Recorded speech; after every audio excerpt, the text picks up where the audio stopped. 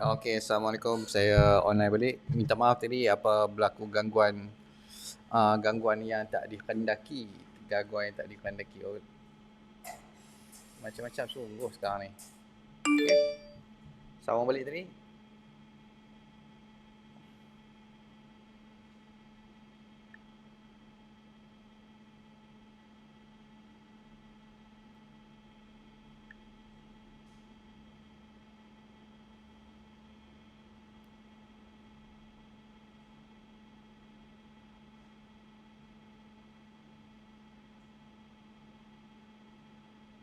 Okey, kita continue balik mana yang sangkut tadi. Kita continue balik. Okey, okey. Ada soalan macam biasa tanya saya tadi, ikut saya tak sempat jawab tu, minta copy paste balik jawapan soalan tadi. Apa minta copy paste balik. Ada yang ni macam ni lah masalah dia kalau nak ni. Okey. Waalaikumsalam warahmatullahi wabarakatuh. Tuan Muhammad Ansari. Waalaikumsalam warahmatullahi. Okey, okey, fikiran bukan. So, saya teruslah, kita establish senang saja. Ada masalah penghadaman, dia akan efek kita punya pengeluaran serotonin, dia akan efek kita punya apa tulis PS, saya lukis PS sebab susah nak faham ni. Serotonin, proses pada asid amino. Ni kita ambil pada protein. Paling senang sekali kita ambil pada daging merah. Paling senang, paling bagus sekali pada daging merah. Pastikan daging merah tempatan lah, pastikan daging merah tempatan. Jangan overseas. Overseas dia sebab dia punya kualiti tu teruk. Apa tu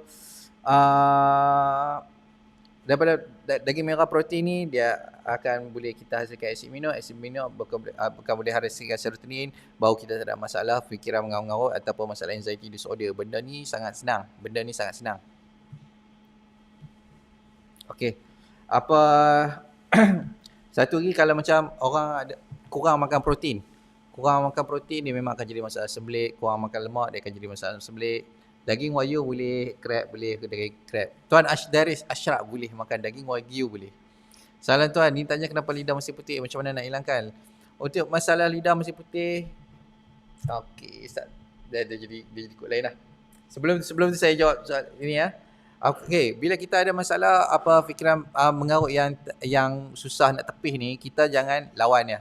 Kita jangan kata ini bukan ada masalah apa semua, kita accept, kita terima pemikiran mengarut tu, kita kata aku ada masalah penghadaman yang create masalah systemic inflammation, aku berlaku masalah kekurangan zat, badan aku tak boleh function, aku masih terlekat dalam mode sympathetic dominant. Okey, dalam mode sympathetic dominant. Lepas tu badan aku akan sentiasa bagi tahu aku yang aku ada masalah yang aku ada masalah keradangan seluruh badan, dan badan aku bagi tahu ini adalah cara badan aku bagi tahu yang badan aku ada masalah. Dia akan datang dalam cara pemikiran, bukan yang maksudnya kita gila apa semua, tak. Yang itu just untuk kita make sure kita aware yang itu adalah badan perlukan zat untuk kita berfikir secara normal balik. Itu cara dia. Okey, lagi kita, okey, contoh kalau macam kita tolak fikiran ni, kita tolak ke tepi, kita kata ni bukan ada satu masalah, benda ni dia akan makin lama makin teruk lah. Benda ni akan makin lama makin teruk sebab apa? Okey, dia datang wave kalau ni kata wave pertama, ombak pertama wave dia datang pemikiran bukan-bukan. Fikiran bukan-bukan. Kita tolak dia ke tepi, lepas tu dia reda sekejap. Lepas tu wave kedua dia datang.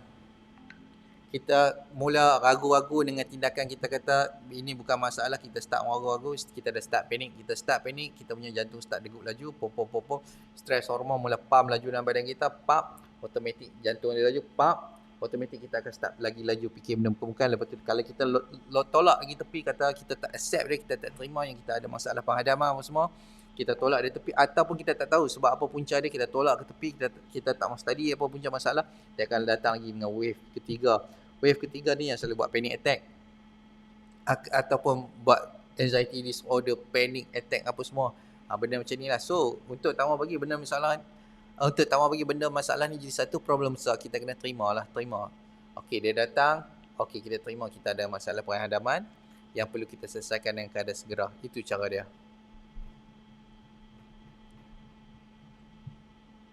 Okey, saya tengok soalan lah. Okey, saya tengok soalan sekejap. Waalaikumsalam warahmatullahi wabarakatuh. Tuan Ibrahim satu. Waalaikumsalam. Okey, soalan semalam tak habis. Memang tak habis lagi. Dah habis dah.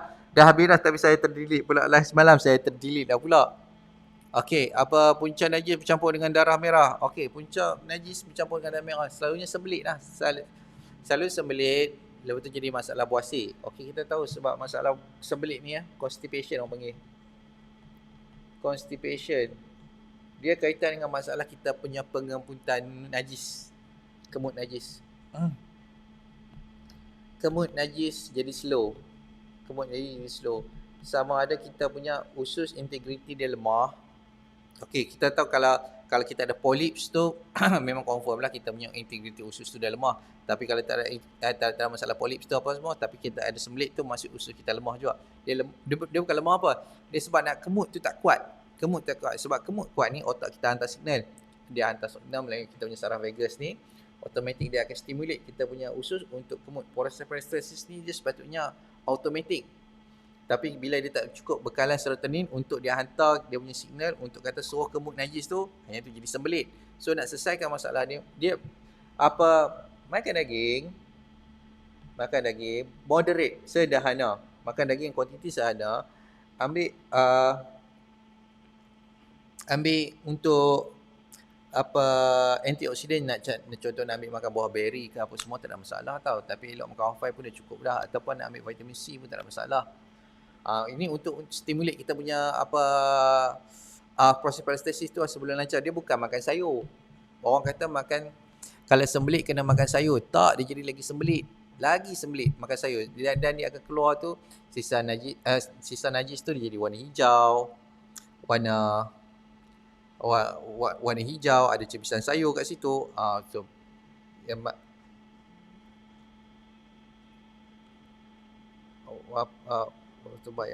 okey, banyak soalan ni, terkejut aku. Okey.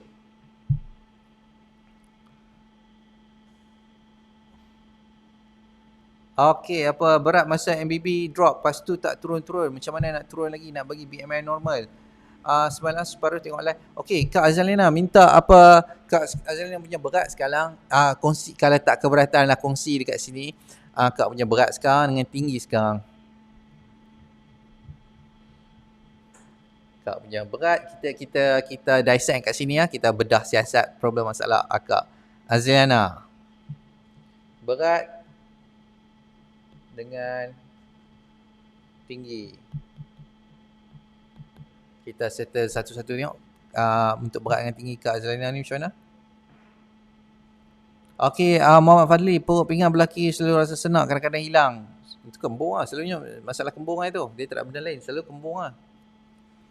Okey, boleh makan ayam biasa dengan sayur lemak. Tinggi 170, berat 80. Okey, tu tinggi.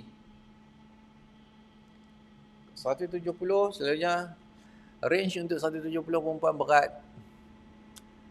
170. Kita bagi berat 58 lah cantik. 58, 59, 60 lah elok. Elok 58 sampai 60 cantik lah. So apa berat ada 20 kilo lagi. Berat ada 20 kilo lagi nak kena selesaikan. Okey. Tak apa Kak Azalina. Apa Kak Azalina berapa lama dah amal hafai ni? Dan sebelum ni berat daripada sebelum Kak Azalina turun kepada 80 kilo ni berapa kilo? Berat asal. Perut pinggang. Okey, okey, kita tengok soalan lain dulu sebelum jawab soalan Kak Azalina ni. Daging wagyu tu sembelih halal ke? Yang ni saya tak pasti ya. Tuan Derek Ashraf, saya tak pasti. Kena tengoklah. Tuan, saya ada masalah alergik makan daging sebelum kena gastrik lagi. Ada cara lain kan gantikan daging? Gantikan daging. Ambil protein lain tak ada masalah. Cuma daging ni dia complete. Tapi kalau tak cukup tu, kalau tak boleh makan daging, try makan. Tak boleh makan daging lembu, try makan daging kambing. Tengok. Tak makan daging rusa kan memang allergic untuk semua daging merah ni. Tuan Faizal. Bila nak sujud kepala jadi macam mabuk. Tolong bagi pandangan tuan. Okey. Yang ni sama ada ada masalah tekanan darah rendah, orang panggil orthostatic hypotension, auto hypotension ataupun memang kembung. Itu saja, ada dua. So kalau macam tu just jaga MBB dengan 5 plus lah, memang selesai lah benda ni. Banyak dah, banyak sangat dah. Dah 10 kotak sebelum 99 kilo. Oh, 99 ke 10 kotak dalam masa duration 2 bulan, 3 bulan, 4 bulan, 5 bulan. 5 bulan dah. 5 bulan MBB. MBB baru hilang dalam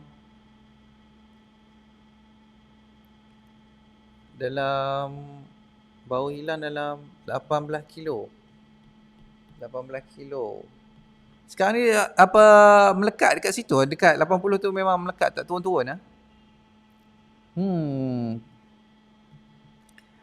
Sekarang ni makan Kak Azlina makan macam mana daripada pagi sampai malam? Makan 3 kali ke 2 kali ke macam mana? Okey, tengah malam lapar boleh makan sayur nasi? Boleh makan. Tapi saya tak galakkan untuk ambil serat waktu malam tau. Untuk ambil sayur waktu malam sebab takut kembung. So kalau boleh malam tu kita makan protein saja pun dah okey dah. Tak masalah, makan protein saja waktu malam. Makan daging ke apa semua dah cukup dah. Untuk malam tu. Tuan Rajaswaran. Okey, sebelum tu saya recap balik apa yang hari ni saya kata fikiran mengarut yang mengganggu ni.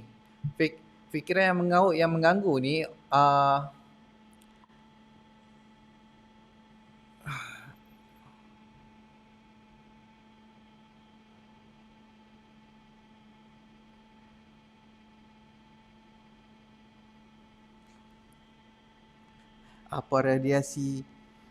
radiasi daging pula during eclipse ni.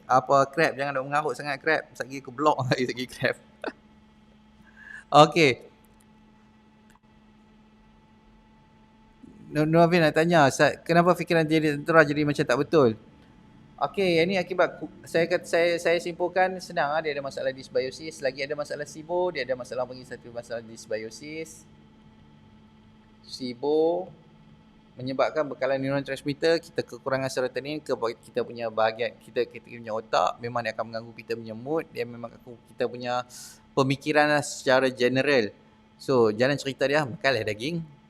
Makan daging lah, makan. Untuk Nurul Hafizah makan daging lah. Intro daging, intro lemak dalam diet. Makan carb sikit. Saya darah tinggi selalu naik bila jumpa doktor. Macam mana nak turunkannya? Oh lah, untuk darah tinggi ni.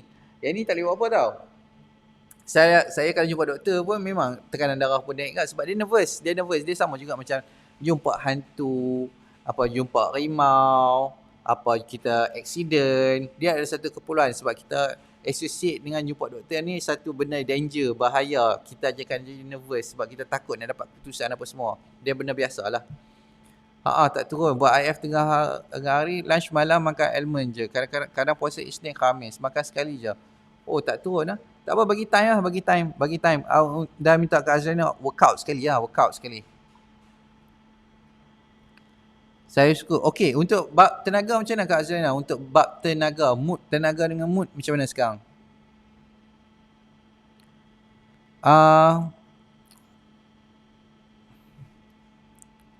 Okey, selalu pening kepala sebelah kiri. Mata bilik kiri macam tidak sisa sakit bahagian tengkuk, sakit bau, hidung tersumbat, dada belah kering, imus juga mata Malaysia apa ya tuan? Selalu pening kepala sebelah kiri. Okey. Kembung, mata belah kiri macam tidak selesa, ya kembung juga. Sakit bahagian tengkuk pun kembung juga sebab dia tekan pressure. Dia tekan kita punya saraf, memang rasa sakit tengkuk, sakit belakang, sakit belikat apa semua. Hidung tersumbat sebab kita punya acid reflux. Acid belakang. Acid. Kat mana line dia? Oh, di bawah lagi. Saya kena set sekejap. Saya nak set line yang mana boleh. Okey, bawah macam tu. Okey. Dia acid reflux. Dia memang akan jadi macam masalah sinus. Terutama waktu pagi tu kita rasa tekak, kering, hidung masa tersumbat. Itu perkara biasalah untuk orang ada masalah pandaman ni. Satu perkara biasalah. Okey, tulang sumbat, dada belah kiri sakit. Dada belah kiri bawah selalunya bawah rusuk. Dia akan sakit sebab kita kembung. Bila kita kembung, dia tolak perut kita ke atas, tolak kita diafragma kita tak boleh kembang kecil biasa dengan normal. Dia memang akan rasa sakit sebab dia kena pressure tolak pada bawah. Satu lagi nafas akan sesak. Okey. Emosi terganggu. Masalah apa ya, emosi terganggu macam saya cakap tadi ya, akibat kekurangan masalah bekalan serotonin, akibat masalah dysbiosis, akibat kita punya gut microbiome, kita punya bakteria usus tak apa nak stable, dia akan efek kita punya otak sekali. So nak selesaikan masalah ini macam biasa, half-life MBB, lepas tu bagi time, bagi sabar sebab kita nak reverse damage yang bertahun kita dah buat dah. So bagi time.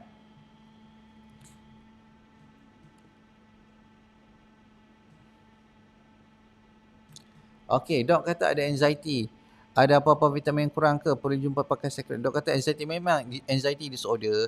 Dia vitamin untuk masalah anxiety disorder ni yang paling bagus adalah prebiotik dengan makan daging. Yang ni memang lengkap dah. Kalau prebiotik, kita ambil All5 Plus. Lepas tu untuk makan, betul makanlah daging merah ni. InsyaAllah selesai. Benda ni benda yang biasa sangat. Benda yang sangat biasa. Okey. Mood okey, kadang-kadang tak boleh berperasaan negatif, nanti trigger dah ada. Okey, tak apa, bagi dia time. Sebab sekarang ni apa-apa saja yang negatif memang dia akan trigger. Sebab kita sekarang ni dia masa pasar dah mula dia selalu on. Lepas tu masa dia on off. Lepas tu lagi on, lepas tu off on. Lepas tu nanti kita pergi off sahaja. Okey. Assalamualaikum. Saya Cikasan. Saya selalu jadi undur tersumbat. Rasa macam penuh dengan angin. Lepas tu rasa pendek nafas. Lepas tu perut macam mengeran nak membuang. Okey. Untuk Cikasan alam-alam tu saya explain lah sebab benda ni banyak orang duk tanya saya ni, sebab tu saya kena ulang. Saya ulang banyak kali lagi pun tak apalah, asalkan semua faham. Okey. Kita pergi satu-satu hidung tersumbat.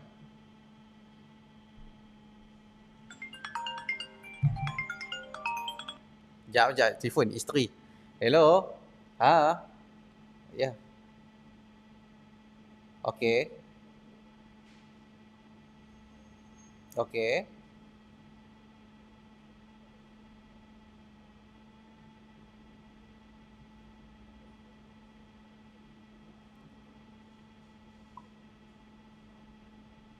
Aha.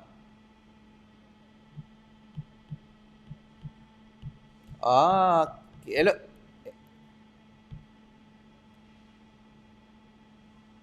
Baik, kita bawa pergi situ betul? Bawa pergi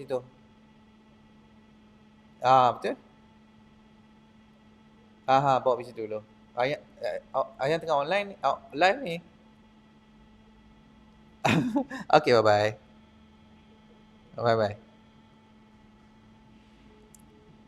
Okey, minta maaf sebab isteri punya call, kita kena jawab. Okey, untuk Nurul Hafizah ni nombor saya 012-503-7753. Okey, jap. Kak Azliana, kita tunggu. Kak Azliana, jap, saya nak jawab soalan Cikasan dulu. Hidung tersumbat, kita jawab satu-satu. Kita go through satu-satu sampai semua orang boleh faham. Hidung tersumbat ni selalunya masalah acid reflux Masalah acid reflux ataupun yang acid reflux ni bila kita rasa dia memang naik, semua rasa panas dada apa semua, tu panggil acid reflux. Satu lagi dia panggil silent reflux. Reflux senyap Silent reflux senyap. Dua benda ni dia sangat merosakkan kita punya tisu lembut, sama ada dekat kita punya hidung ni ataupun dekat kita punya saluran esophagus ni, dada ni. Okey, bila dia jadi silent reflux ataupun acid reflux, dia akan jadi kerengsaan dekat kita punya tisu lembut, dekat kita punya hidung ataupun tekak. Dia memang automatik dia akan menyempit, lepas tu dia akan keluar kita punya mucus untuk nak lindungi kita punya tisu lembut tu daripada terus berlaku keradangan. Satu perkara biasa, sebab tu dia rasa tersumbat. Satu lagi, kalau bangun pagi tu tekak tu rasa kering, tu satu perkara biasa. Kalau ada masalah acid reflux dengan silent reflux. Okey. Kalau pendek nafas, macam saya cerita tadi, pendek nafas ada dua.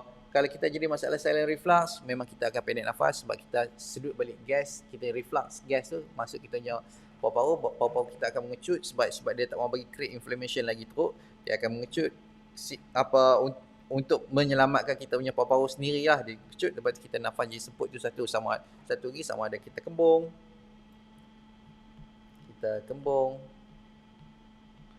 Bila kita kembung, dia akan tolak perut kita ke atas, usus kita membesar, dia tolak perut kita ke atas. Selalunya busuk bawah kiri akan sakit, diafragma tak boleh kembang kecil full, kita akan nafas semput, kita akan tak boleh nafas habis. Itu satu semput. So cara dia nak selesaikan masalah ni, dia selalunya akan sakit belakang, sakit belikat, sakit bau, ataupun sakit bawah bontot apa semua, ataupun sakit betih. So kita tekan, cara dia paling senang, minum air suam sikit, bagi kita punya auto LES tu terbuka sikit, sebab kita punya auto LES, dia punya injap dia tu sejajar dengan kita punya acidity perut. Bila kita introduce liquid saja, dia cairkan isi perut tu, automatic LES tu akan longgar sikit, dia akan relax, lepas tu kita urut lah, bagi senang bagi gas sedang keluar. Itu sahajalah, lepas tu hilang lah masalah sakit belakang tu.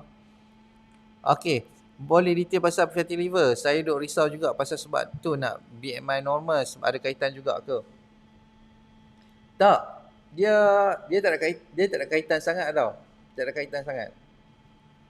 Dia kalau kita tengok macam orang Fiji, kita tengok badan besar, tapi bila check untuk masalah fatty liver, tak ada masalah fatty liver. Dia bergantung kepada kita punya kualiti makanan. Tapi untuk indikator yang konvensional punya indikator, kita tengok badan orang tu gemuk, kita kata dia ada masalah fatty liver. Orang tu kurus pun kadang-kadang ada masalah fatty liver tak? Dia bergantung kepada makanan. Selagi kita ada masalah penghadaman ni, selalunya masalah fatty liver tu tak ada lari lah. Dia selalu, sebab tu orang masalah penghadaman, satu cerita. Semalam saya dapat panggilan pada saya punya klien yang sebelum ni ada masalah hepatitis B.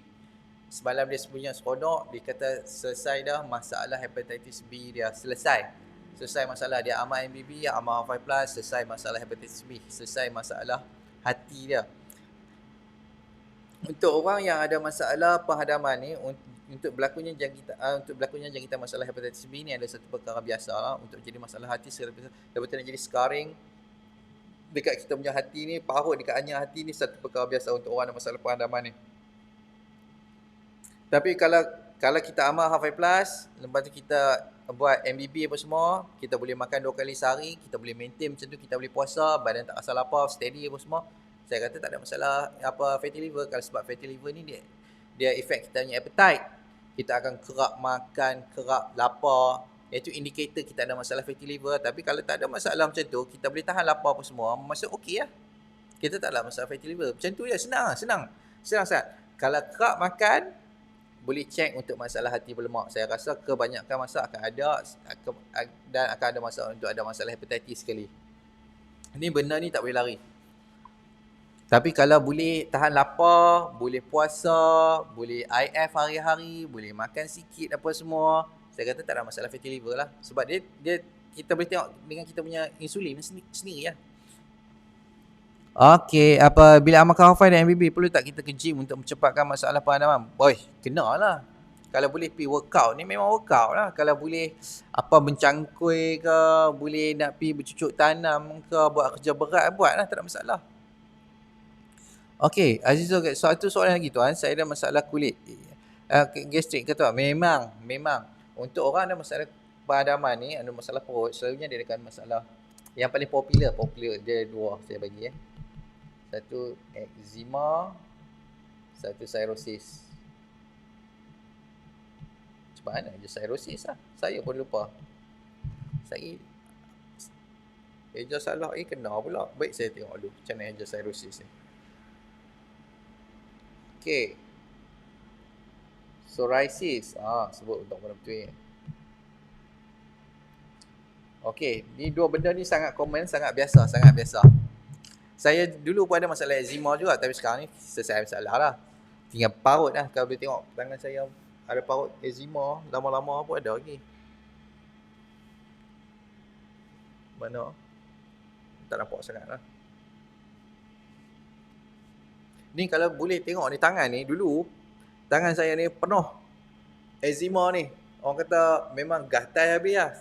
Penuh tangan ni. Satu tangan ni sampai ke belakang badan ni semua eczema penuh. Saya nak gantung dengan steroid cream. Ambil steroid cream for Bangkok ke Ecocort ke apa semua, beli kat farmasi kan. Sapu lah hari-hari. Sapu hari-hari ni. Kalau tengok tangan ni hitam habis ni dulu. Hitam habis. Tapi jaga makan lah. Jaga makan dengan R5 Plus, jaga makan. MVB, jaga makan. InsyaAllah selesai masalah cirrhosis dengan eczema. Berapa banyak orang yang selesai masalah eczema dengan cirrhosis ni, amal R5 ni. Okay. Okay, sebab apa? Sebab kita ada masalah hyperintestinal permeability ataupun masalah keboleh terlepas usus ataupun bahasa nak lagi rancak dia, orang panggil usus bocor. Usus bocor, leaky gut. Doktor cukup marah saya guna ayat-ayat macam ni. Okay. Dia menyebabkan kita senang trigger kita punya autoimmune, terutama kalau kita makan benda macam telur, ayam, daging, dia senang nak trigger. So, cara penyelesaian macam mana pun, kita kena selesaikan masalah hyperintestinal permeability tu, introduce prebiotic, lepas tu MBB lah. Cara dia, dua benda tu selesai lah masalah gatal kulit tu. Okay, Syahididi, perut badan kadang-kadang rasa panas. Mengapa? Sebab kembung. Saya memang ada GERD and gastritis, dah beli Alpha, insyaAllah esok pagi saya akan start makan. Alhamdulillah. Apa, Cik Hasan nanti minta nombor, saya nak masukkan dalam grup MBB ya. Salam tuan, sebelum saya sakit suami saya yang sakit belah kanan, tangkap belah kanan, refer ke hospital buat CT scan, tak ada kata masalah empedu, okey. Saya sampai makan tu hampir 2 minggu, trigger tu dah kurang, cuma kadang-kadang masih rasa. Jadi saya nak tanya pendapat, selain sakit empedu, apa kemungkinan sakit belah kanan? Okey, tak apa. Doktor cakap appendix pun bukan, okey, tapi keadaan dia makin better sejak dia pantang, cuma kadang-kadang dia stay trigger sikit-sikit dari situ. Kenapa dia rasa kerongkong dia macam ada something sangkut tapi tak sesak nafas? Mohon pencerahan ya cik. Okey, untuk Kak Era kita, untuk Kak Era, okey. Kak Era.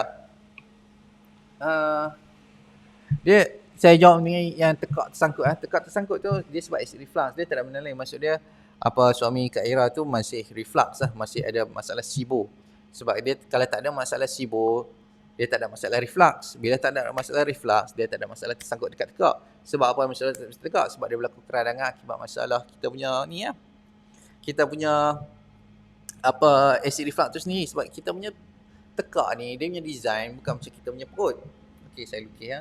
InsyaAllah bagi semua orang faham. Usaha bagi semua orang faham. Walaupun saya terang banyak kali dah, saya kena terang hari-hari. Tak apa. Demi pengguna hafal yang tercinta je pasal. Okey. Saya lukis ya. Sekejap kita ambil green lah. Green sedap sikit baru siput ni. Okey. Ni kata kita punya perut kita punya asid lah.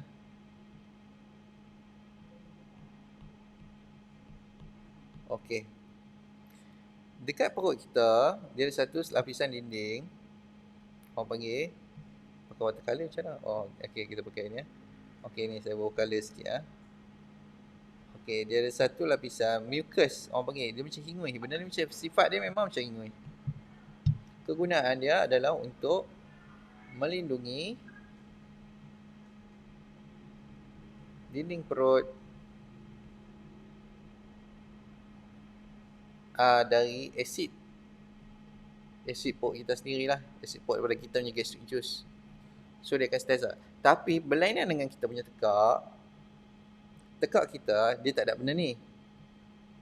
Dia tak ada mucus dekat kita punya tekak ni, dia tak ada mucus. Dia tisu satu lagi, dia tisu lembut. Dia berbeza, struktur dia tu berbeza daripada kita punya struktur dinding kat sini.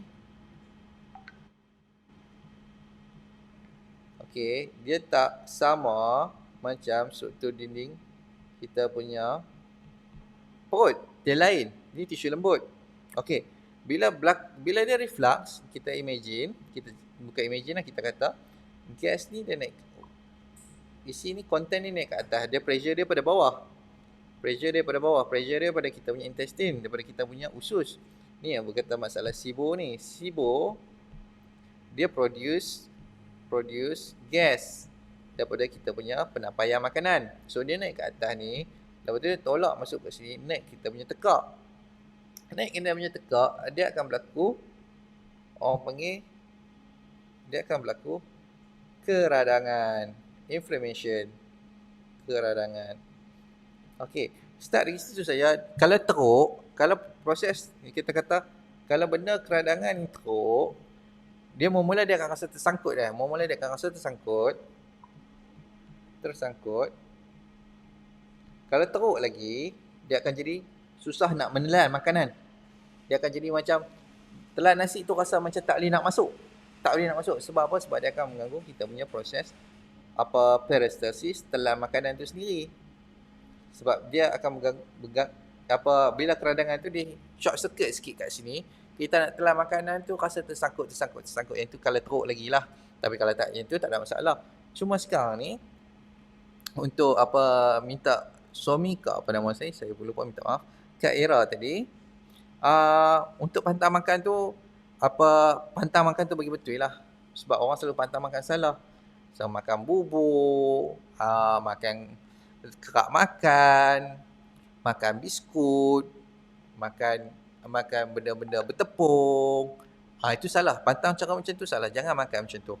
Dia kena makan nasi, lepas tu banyak protein, lemak, moderate, kurangkan pengambilan sayur awal-awal, lepas tu naikkan slow-slow. Macam lepas tu start untuk berpuasa, buat intermittent fasting dulu. Lepas tu upgrade lagi daripada mula-mula buat intermittent fasting, lepas tu upgrade buat puasa full, puasa kering ni. InsyaAllah selesailah masalah. Kalau sakit belah kanan tu saya rasa angin lah, tak ada masalah pun. Okey, rasa harap menjawab soalan Kak Ira. Tapi kalau Kak Ira ada soalan lagi, Kak Ira tanya aja saya akan cuba jawab sebaik mungkin Kak Ira.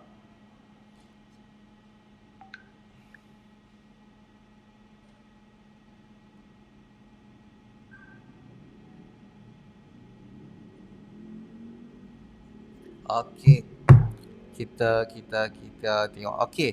Azalnya Aziz ya. Okey, apa cuma tu buat kata negative thoughts boleh trigger dada, lega lah dengan bagi time on off lepas tu off. Nak tambah suplemen lagi. Sekarang vitamin C sangat banyak, alfalfa, vitamin C conscious buat tunggu habis, lepas tu Syah dan vision. Okey, cukup lah. Untuk vitamin yang macam vitamin D, multivitamin apa semua tu, kalau habis botol itu cukup lah, tak payah continue dah. Kita continue dekat makanan. Kita pastikan kita makan. Sebab saya tak apa nak suka untuk pengambilan vitamin sintetik secara lama-lama. Okey. Kenapa mudah berdebar dan terus rasa risau?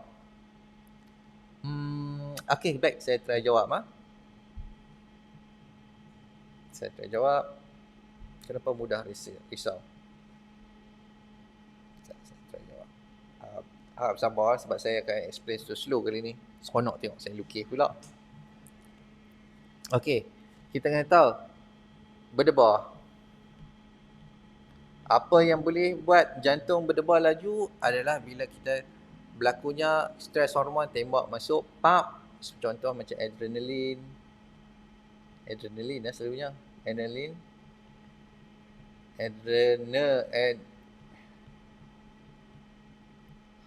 betul je. Okey. Adrenalin dia akan trigger kita punya jantung berdebar laju. Yang ni adalah satu keperluan. Kita kena faham dia satu keperluan. Dia akan berlaku contoh macam bila kita sesak nafas akibat kita perut kembung, kita sesak nafas, badan kata kita dalam keadaan bahaya, automatik dia tembak adrenalin masuk kita punya jantung supaya kita debar laju, supaya kita boleh lawan atau lari daripada bahaya tu sendiri. Macam itulah ceritanya. Contoh saya bagi macam kalau kita masuk hutan, okey, saya lukis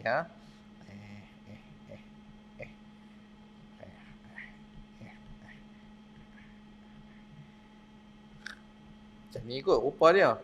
Rasa-rasa je lah. Saya lukis kat. Okey. Binatang apa ni? Binatang apakah ini? Macam mana buah colour ni? Okey.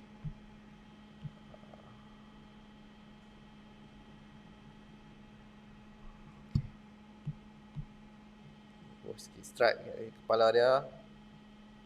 Mungkinkah ini binatang yang paling digeruni umat manusia ni? Okey. Ni katalah tiger. Okey. Bila kita nampak harimau ni masuk macam kita masuk dalam hutan, pergi kebun ke apa semua, kita nampak tiger, automatik kita punya jantung tu dia akan berdebar laju. Sebab dia kata binatang ni bahaya, dia akan makan aku kalau aku tak buat apa-apa. So sama ada aku nak bergomoi dengan dia atau aku akan lari. Automatik macam ni macam kembung tak? Bila kita kembung saja, automatik badan kata kita dalam badan bahaya, dia masuk mood lawan atau lari, simpatik dominan, automatik adrenalin tembak masuk jantung, automatik kita akan berdebar. Itu perkara biasa. Yang ni kita punya mekanisme untuk terus mekanisme survival kita. Dan terus rasa risau memang sebab automatik bila masuk adrenalin, Dia tembak sekali hormon-hormon, scan setiap hormon apa semua untuk kita otak jadi berlaju. Untuk fikir jalan penyelesaian apa yang paling cepat aku boleh buat untuk selesaikan masalah harimau ni. Automatik. Benda ni automatik. Dia bukan satu masalah. Dia bukan masalah. Saya sakit kat bahagian rusuk sebelah kiri. Mohon bercerita sekarang tengah makan hafai. Okey. Untuk Tuan Muhammad Idris, saya lukis ya. Sebab dia kata, Tuan makan hafai, kita kena explain. Okey. Kita kata macam ni ya. Sekejap ya, saya lukis. Ni kita kata perut. Okey, perut. Okey, macam tu lah. Kita kata kita punya usus kecil lah. Usus kecil. Dia layer. Okey. Okey. Kita lukis balik. Yang ni kita punya acid perut. Yang ni kita punya paru-paru. Okey. So, yang ni kita namakan sebagai diafragma. Diafragma ni untuk kita kembang kecut kita punya paru-paru. Dia macam kalau tengok picagari tu kan. Kan picagari tu ada saya lukis lah senang, duk buat gaya apa. Saya macam ni ya. Lukis picagari. Nak bagi faham macam mana. Okay, macam tu. Kan dia ada satu atas ni macam tu. Lepas tu dia macam tu. Lepas tu dia ada satu getah kat sini kan. Getah kali hitam kat sini kan.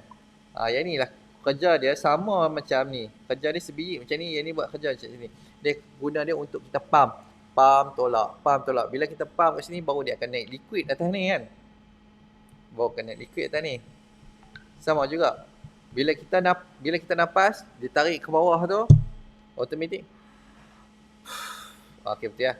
Dia tarik nafas, baru dia isi kita punya apa-apa paru dengan udara. Lepas tu bila kita kecutkan balik, dia akan lepas kita punya gas tu balik. Keluar balik karbon dioksida apa semualah. Okey. So, untuk orang yang ada masalah kembung, berlakunya masalah SIBO dekat sini. SIBO akan berlaku dekat kita punya usus. Okey. Bila berlaku punya masalah SIBO, dia akan menapai kita punya makanan. Contoh gula lah. Dia akan menapai makanan kat sini. Okey, start dari situ, kita punya usus dia akan jadi besar.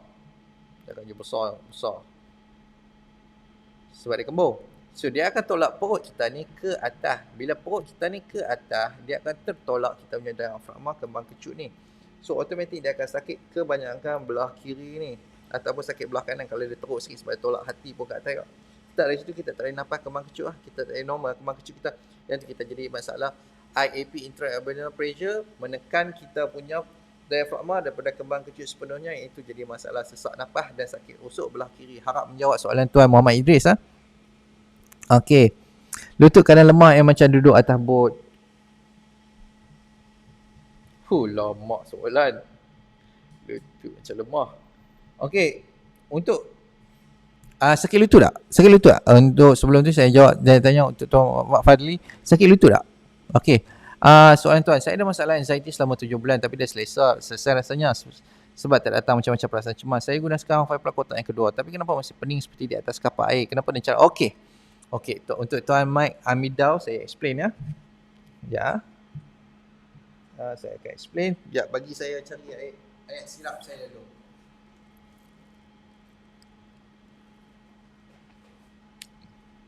Kering tekak cakap banyak kan. Okey. Tuan Amidau, ini dia punya ni jawapan yang paling tepat lah. Okey. Ini saya kata ni esophagus esophagus ataupun tekak kita. Saluran makan. Okey. Dekat atas esophagus ni, dia ada satu tube, nama dia eustachian tube Oh Allah, tak sampai. Cukup. Saya bagi siap semua. Ada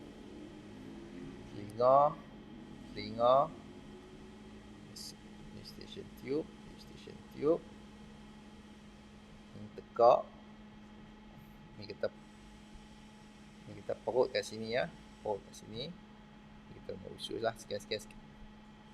Ni kita usus lah. Okey. Saya buat sikit. Nanti kita blow up lagi. Ni. Okey, bila kita ada masalah padaman, kita ada masalah SIBO Yang ni yang cause gas. Dia penyebab masalah gas dan angin. Gas dan angin. Okey. Gas dan angin. Kata ke gas dan angin. Okey. Gas dan angin ni pressure dia kena lepas. Kalau dia tak lepas, kita punya usus tu boleh meletup ataupun pecah ataupun sama juga perut. Kalau dia tak boleh lepas, perut kita akan pecah ataupun meletup. Sebab tu dia akan lalui atas ni. Dia akan lalu atas ni, masuk ke sini. Dan bila dia masuk kita punya perut, dia satu dia akan bawa dua benda. Dia akan bawa bakteria dengan asid. Asid perut kita sekali. Asid perut kita naik ke atas sekali. Okey. Bila dia lepas ini pressure kat sini, kita duduk senawa semua tu, dia akan efek satu tube yang bersambung terus dengan tekak kita ni. Namanya Eustachian tube. Ni.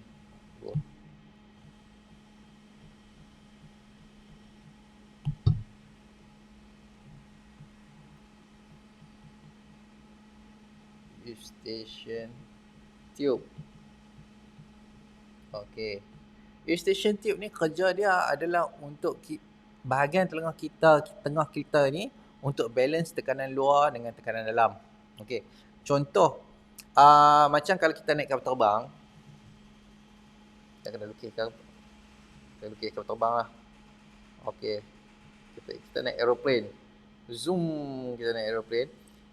Selalunya dia bila perubahan altitude, perubahan ketinggian, lagi tinggi dia naik, kita punya telinga ni dia akan kedap. So bila kita telan air liur saja, dia akan balance, dia rasa macam terbuka balik. Sing. Bila terbuka balik tu, baru kita boleh dengar normal balik. Yang ni lah kegunaan tube eustachian ni untuk balancekan tekanan dalam dengan tekanan luar. Bila berlakunya kerengsaan dekat tube ni, kita akan hilang keupayaan untuk nak balancekan kita punya tekanan luar dengan tekanan dalam ni. Dia akan ganggu kita punya bahagian tengah telinga kita ni. Dia akan ganggu bahagian tengah kita. Padamkan kembang tadi. Okey, dia ada satu bahagian tengah. Lepas tu dia salur, lepas tu dia akan pergi kita punya salur separuh bulat, gendang salur separuh bulat. Salur separuh bulat. Salur separuh bulat tengah kita ni dia ada cair, dia ada liquid. Kerja dia untuk dia balancekan kita punya berjalan. Contoh kalau macam kita, ingat tak kalau kita pusing laju-laju, kita buat helikopter, kita seorang-seorang kita pusing. Lepas tu kita rasa macam berjalan melelong. Itu kita punya salur separuh bulat, dia punya liquid tu tengah cuba balancekan kita balik lah. Dia waktu tu dia pun tengah pusing sekali. Tapi apa yang berlaku kalau kita berlaku macam sebelah kerengsaan, sebelah tak. Awal-awal dia akan berdesing dulu, telinga rasa kedap ataupun telinga rasa panas. Lepas tu dia akan kacau kita punya bahagian tengah telinga kita untuk nak balancekan diri kita. Sebelah ni kata pressure dia rendah, sebelah ni kata pressure dia tinggi. Itu yang jadi jalan atas bot tu. So jalan penyelesaian dia adalah satu, kita kena selesaikan masalah SIBO supaya tak ada masalah acid reflux. Bila tak ada masalah acid reflux, dia akan tak ada masalah kerengsaan bahagian tube eustachian, automatik kita boleh jalan stable balik. So macam tu lah cerita ni ya. Okey. Tuan, saya ada masalah buang air besar. Semasa buang air besar kadang-kadang akan keluar lendir sama. Untuk Tuan Muhammad Faizal, saya rasa kalau Tuan ambil Alphaz, sekarang ni Tuan MBB, saya rasa Tuan kena naikkan balik jumlah karbo. Lepas tu saya rasa selesai untuk masalah sembelit. Okey. Okey, akak terlambat konsumsi suplemen sebab tak ada guide dalam satu grup WhatsApp lain. Bulan puasa ni barulah tahu MBB dan grup sekarang anemia. Okey, start dari itu badan drop, lepas tu maintain tak turun-turun. BMI nak normal, target sekarang so slow dan tak mau stress-stress. Ambil masa lah kan. Ambil masa. Dia tak masalah. Ambil masa. Sebab kita nak, bila kita puasa, kita masuk mode autophagy, kita bersihkan kita punya sel-sel badan yang tak digunakan, protein yang muscle urat-urat belikat, urat-urat yang tak digunakan apa semua, dia akan ambil masa. Tapi benda ni dia akan selesai lah. Dia akan terus sampai BMI berat normal. Perkara biasa. Kak Azrina Aziz, jangan guna gulana sebab benda ni biasa. Bagi time. Nanti boleh pakai baju cantik-cantik balik.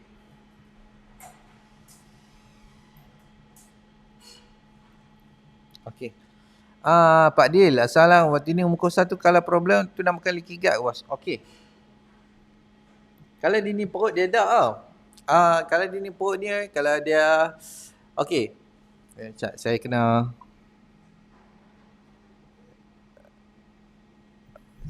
mic kena dekat lah.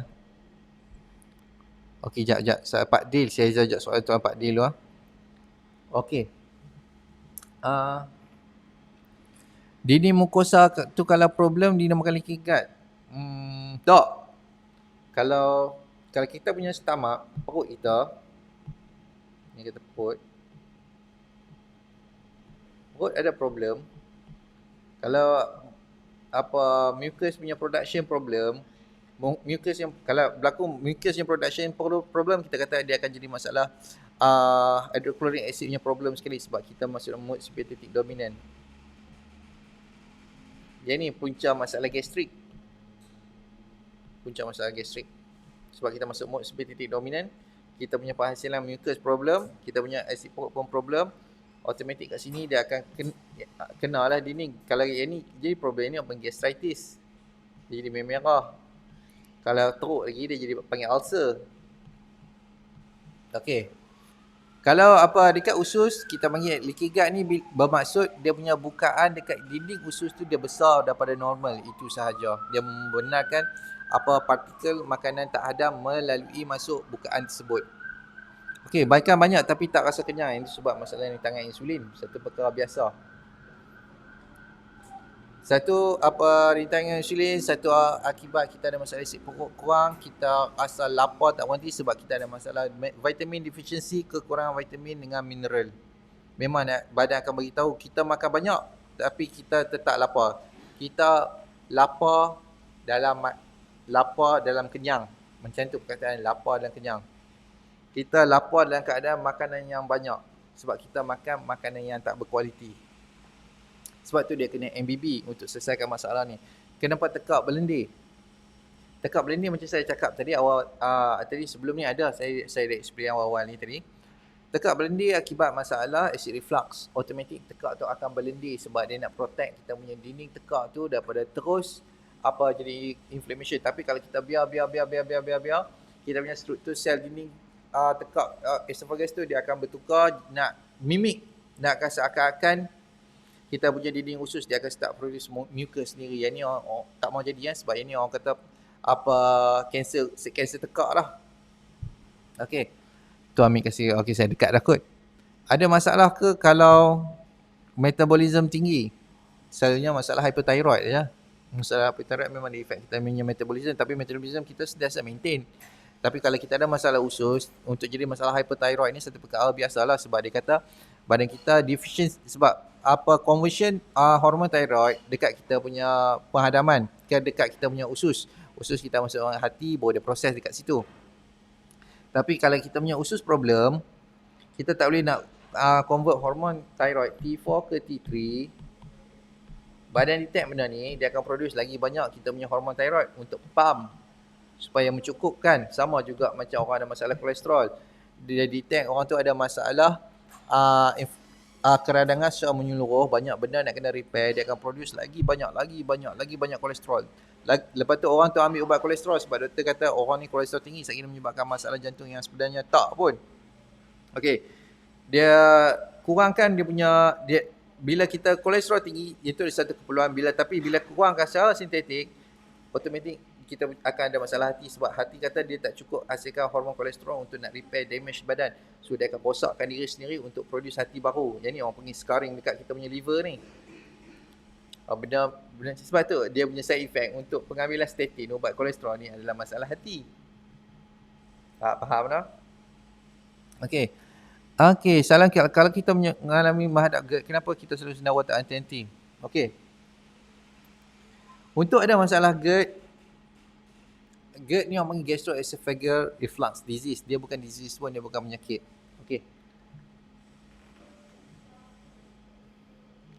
Okey, saya tengok. Okey.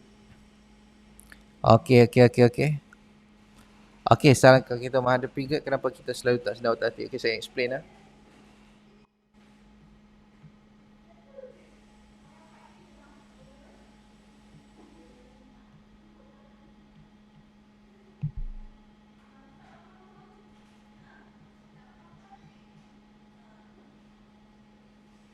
Okey.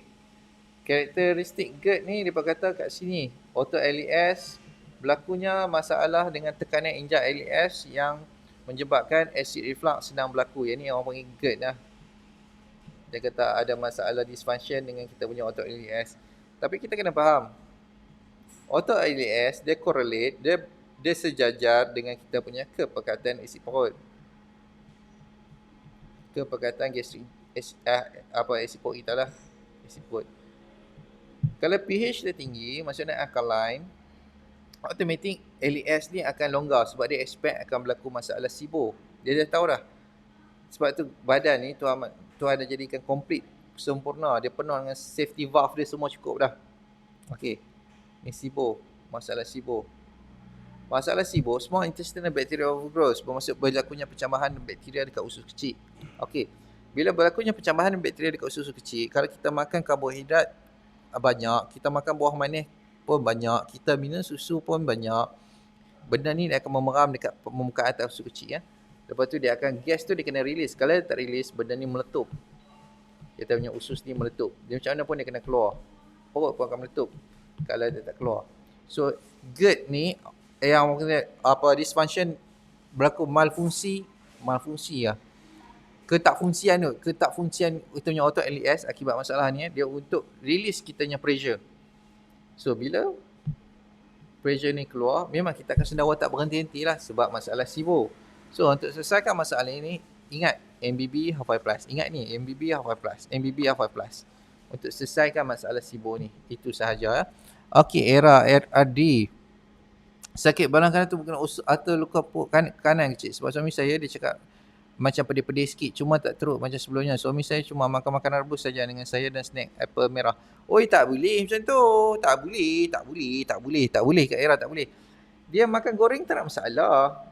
Makan goreng, makan minyak apa semua tak masalah. Cuma pastikan minyak tu saturated fat, bukan unsaturated fat.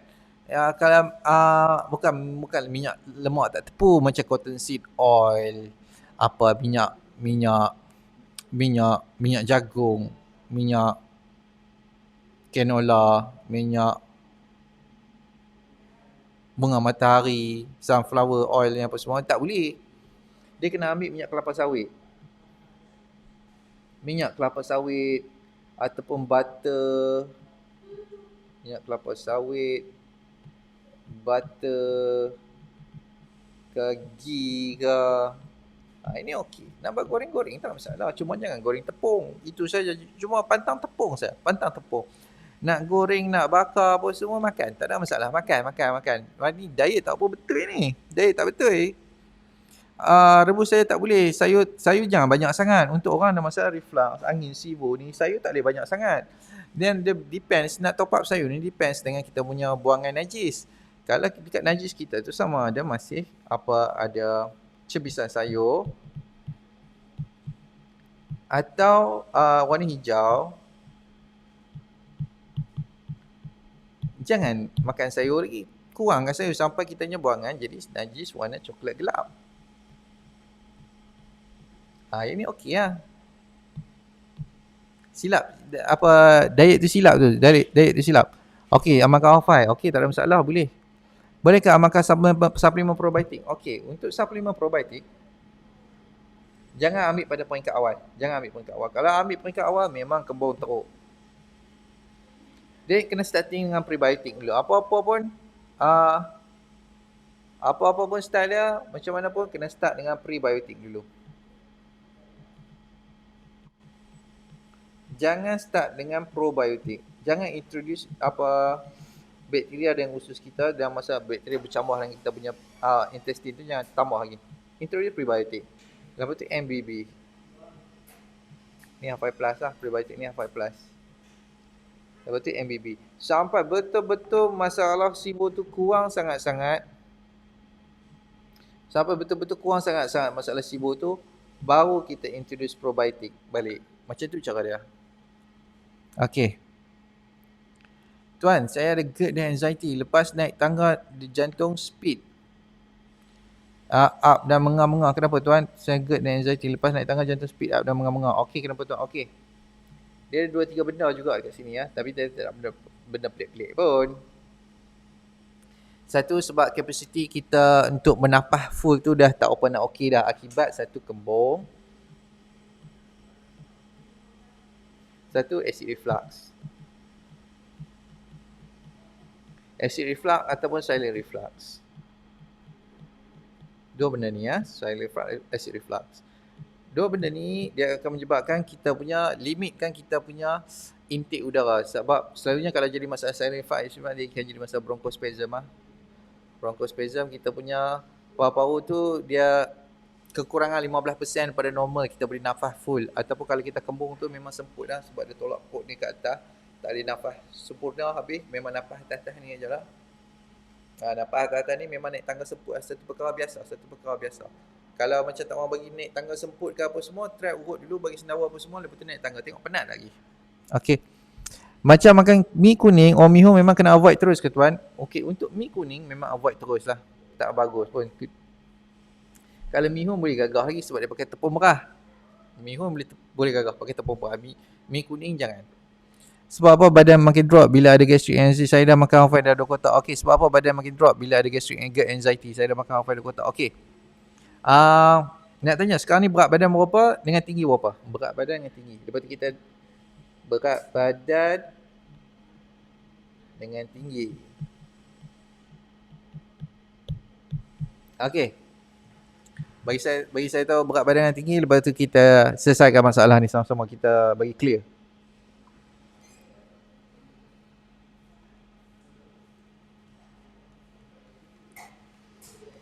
Kita bagi clear. Okey, kalau lambat tak apa, saya jawab terus lah. Okey. Bila kita ada masalah gastric GERD dengan anxiety ni, automatik badan kita masuk dalam mode sympathetic dominant 24 hour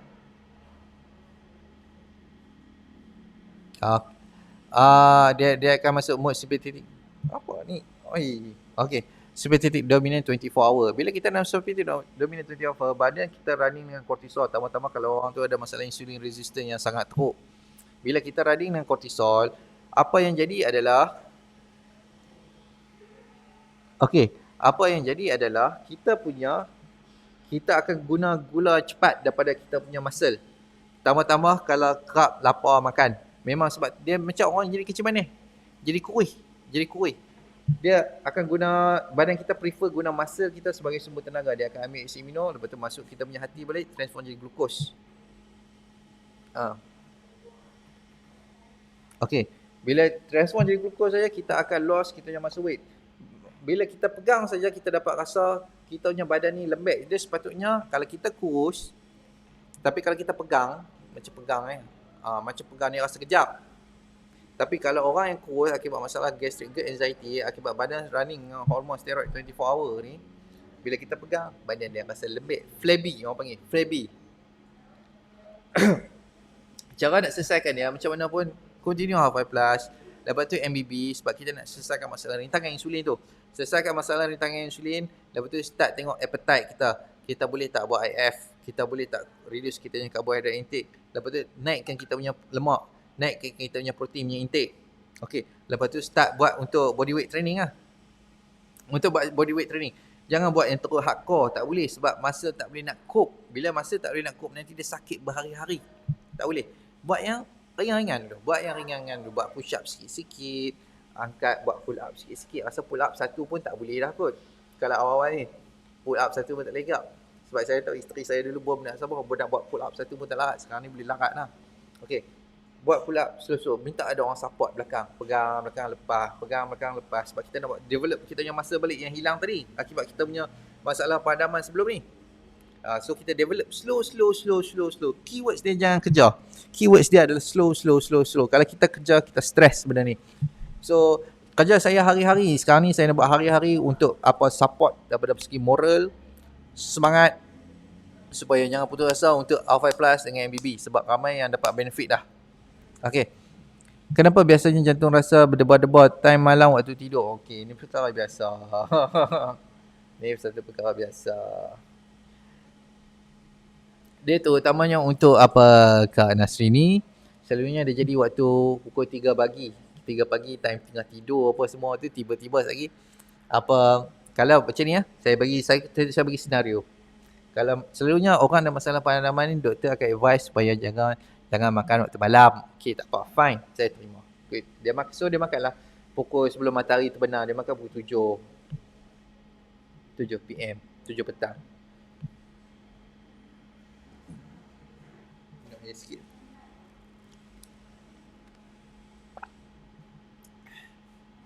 Okey, 7 petang. Dia makan. Lepas tu, let's say dia tidur pukul 10. Saya yakin dan pasti kalau dia buat macam ni, pukul 2, pukul 3 dia bangun. Dengan mata tak boleh tidur. Tak boleh tidur dah. Padahal badan letih lagi, nak tidur lagi. Tapi dia tak boleh tidur. Ni akibat dia, untuk orang ada masalah panaman ni, ada masalah tangan insulin, dia tak boleh simpan gula melebihi 5 jam. Automatik sebab satu lagi badan dia inhibit penggunaan ketone sebagai sumber tenaga, dia inhibit, menghalang penggunaan lemak sebagai sumber tenaga. So badan akan tembak kortisol. Bila badan tembak kortisol, dia tembak stres hormon, dia tembak adrenalin sekali sebab dia kata badan dalam keadaan bahaya, automatik memang bangun tu jantung tu berdebar laju. Lepas tu mata terbeliak sebab stres hormon ni dia benda satu, dia bagi kita alert, sentiasa berjaga-jaga, otak akan fikir laju macam mana apa kena buat padahal tak ada bahaya pun. So itulah yang terjadi dekat Kak Nasrini. So untuk kalau macam Kak Nasrini sekarang tengah amalkan Hafal Plus, okey, tak ada masalah. Sebelum tidur pukul 9 tu makan sikit lagi. Makan nasi light-light, makan nasi sikit-sikit untuk membolehkan kita tidur sampai pukul pagi. Lepas tu makin kita advance dengan MBB ni, makin kita makin boleh tahan lapar, makin boleh tahan lapar. Kita start kurangkan makan. Pukul 9 ni kita buang langsung lah, lepas tu tengok boleh tak tidur sampai pagi. Kalau boleh, okey, tak ada masalah, kita start buang untuk breakfast pula, kita start kurangkan untuk breakfast. Slow perlahan-lahan semua benda ni. Okey. Tuan, selepas makan 9 malam, lepas tu masuk tidur jam 11. Malam pasti kembung langsung, tak boleh tidur sampai pagi. Kenapa Tuan Azwan? Okey, makan. Tengok makanan tu macam mana. Kalau makan benda bertepung, okey, makan benda bertepung atau nasi banyak, atau sayur banyak, atau buah manis, atau keropok, atau jajan, atau benda 3 in 1, memang pukul 11 malam tu susah nak tidur sebab ada kembung. Ini sahajalah antara senarai yang saya rasa-rasa lah makan pukul 11 tu. So jangan avoid datang ni, jangan duk makan langsung. Jangan duk makan langsung malam-malam. Jangan duk makan langsung. Buang. Okey, pernah terjadi dekat saya tu. Okey, kalau ada soalan saya akan jawab satu lagi soalan last.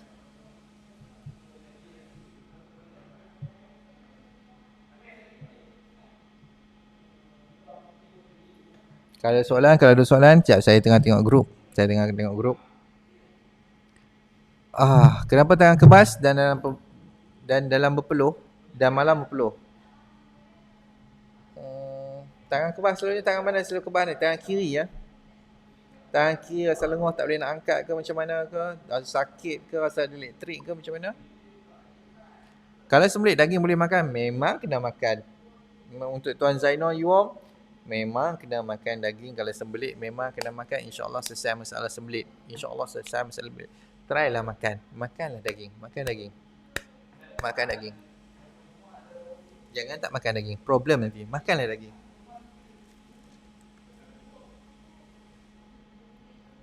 Okay.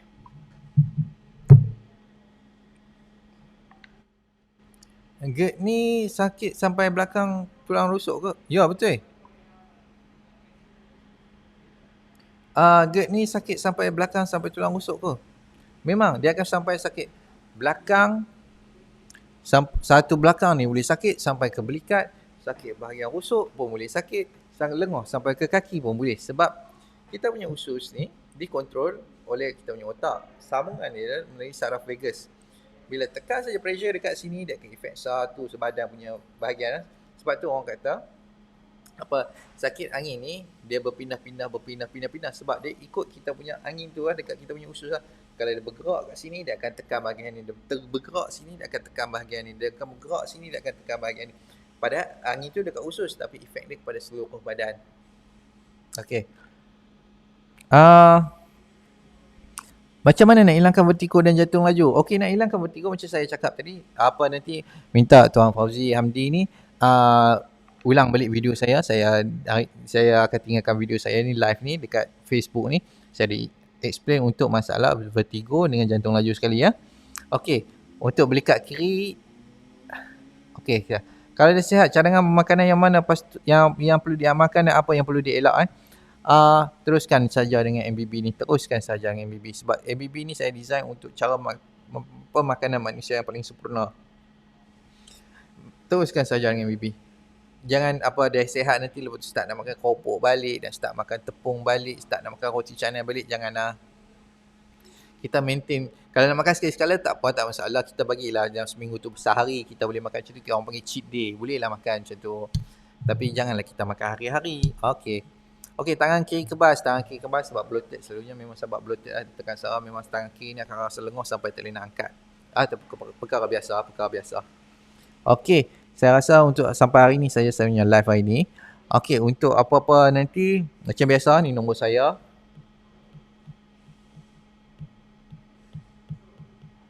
Okey, ni nombor saya. Apa-apa saja nanti contact saya. Azhar Zainal.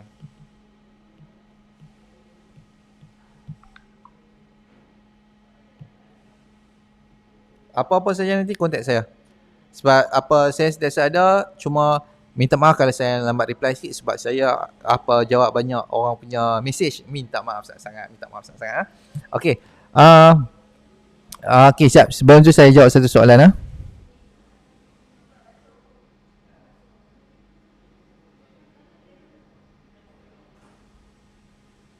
Okey, kalau kita dah ambil off-5 plus boleh tak? Oh, jangan ambil omeprazole. Okey. Yang ni tak apa, saya bagi bonus saya bagi bonus. Saya kena bagi bonus bab ni, saya kena bagi bonus. Saya kena jawab soalan ni juga macam mana pun. Bagi okey. Dia ada dua.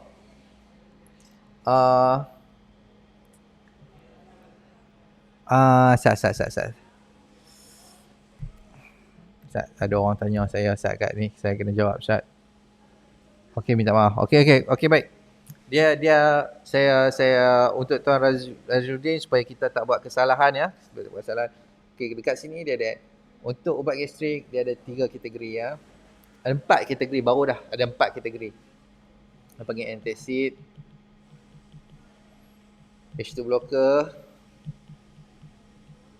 PPI, satu lagi PCAP. Okey. Yang ni antacid ni contoh macam Ino, Gaviscon, yang ubat kapur tu, magnesium trisilicate tu, yang tu antacid lah. Kerja dia adalah untuk neutralkan isi perut. Okey. H2 blocker macam ranitidine, Histag, apa semua tu, yang ni tak popular sangat dekat Malaysia ni sebab hari tu dah kena ban lah.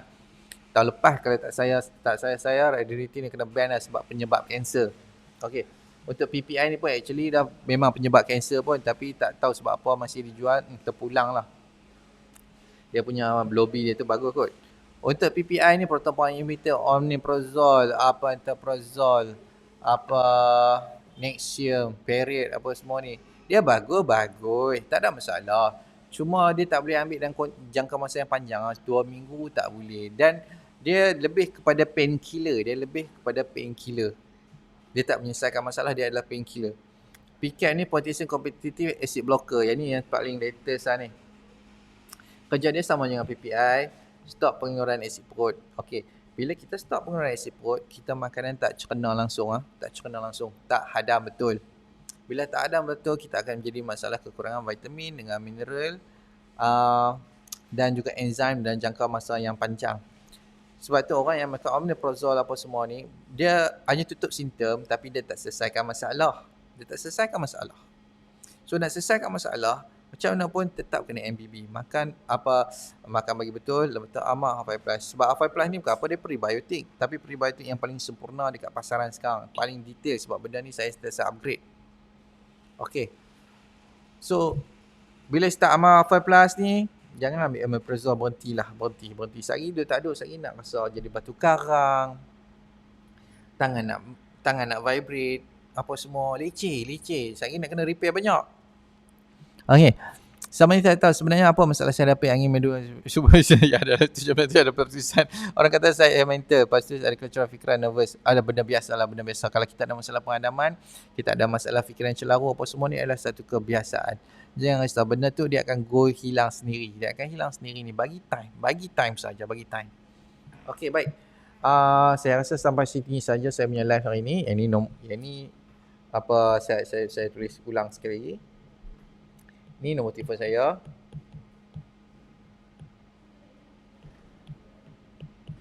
(012-503-7753). Kalau ada apa-apa soalan ke, ada nak detail apa semua ke, nak tanya saya secara personal ke apa semua, sila kontak saya terus. Okey, baik. Terima kasih banyak. Assalamualaikum.